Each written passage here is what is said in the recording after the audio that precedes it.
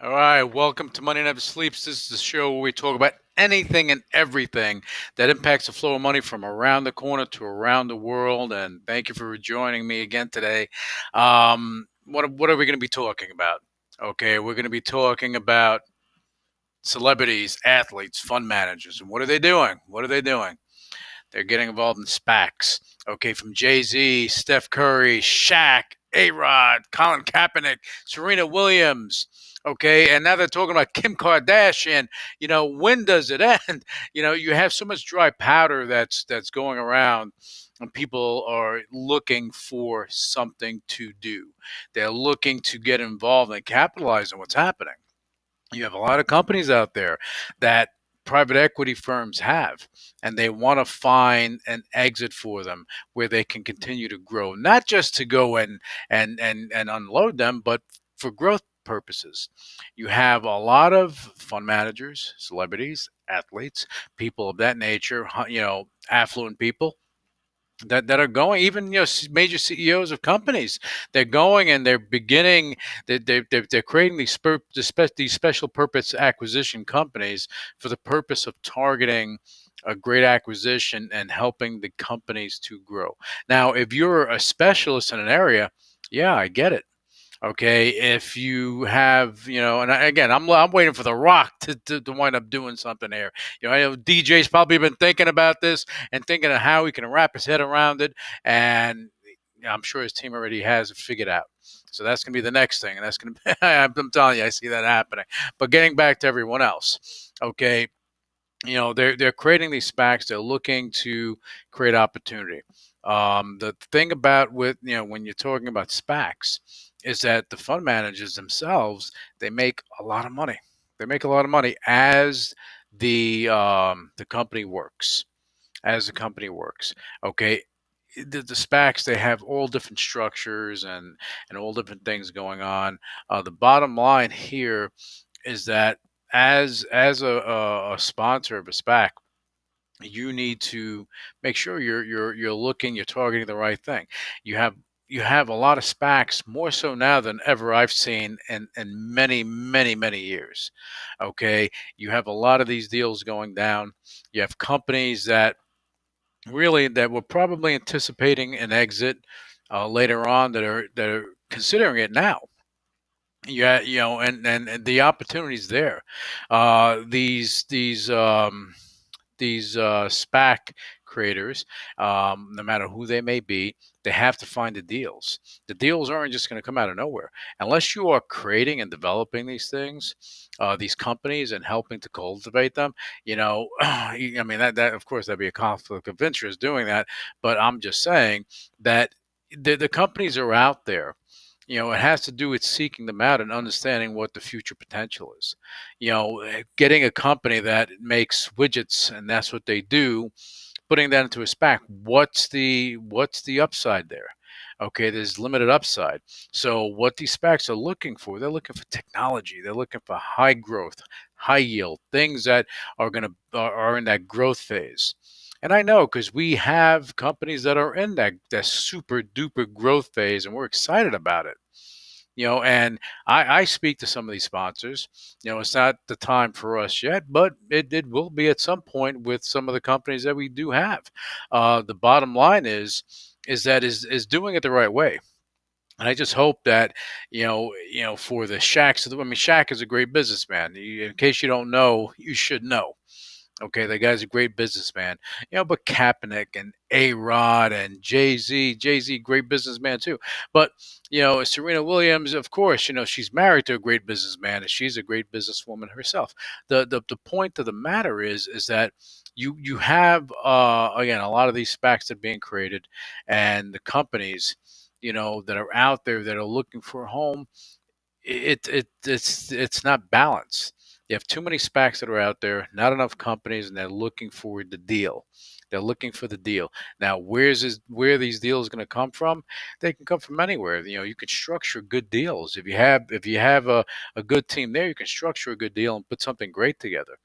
But yeah, so again, I think that with all the SPACs that are being developed. I just hope that it's not overkill, because when you're at dinner and you're speaking to your mama and she brings up a SPAC to you, you got to wonder, when Main Street starts talking about some things, and this is the rule of thumb with Wall Street, when Main Street starts talking about things like they are experts at it, this is when you have to take a step back and wonder, is it a little bit too much? Is a little bit too much. Um, Again, the deals are out there. They have high quality deals. I just hope that they don't look for the low hanging fruit. Hopefully, they go and they find the quality deals out there, so that not only do the SPAC sponsors and whoever's doing the pipe, they do well, but the retail investors, they're there for the growth, right? They want the opportunity to grow with the company, and that's the key thing. Companies that have legs, you do that, you're in good shape. You're in good shape. Trust me on that one. Now I want to shift to talking about cryptos really quickly. I don't want the show to totally revolve around SPACs, even though it is revolving around SPACs today, because this is what's on my mind.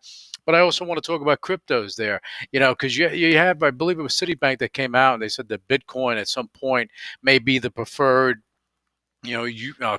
e-commerce vehicle or currency, digital currency for people. You gotta, if you talk to anyone, no one's using Bitcoin to go buy a thing. They may, in little fractional amounts, but the thing is, the Bitcoin, it zips up and down so much. You have 10, 20, 30% swings, that it's more of a store of value, okay, than it is a transactional item for daily use.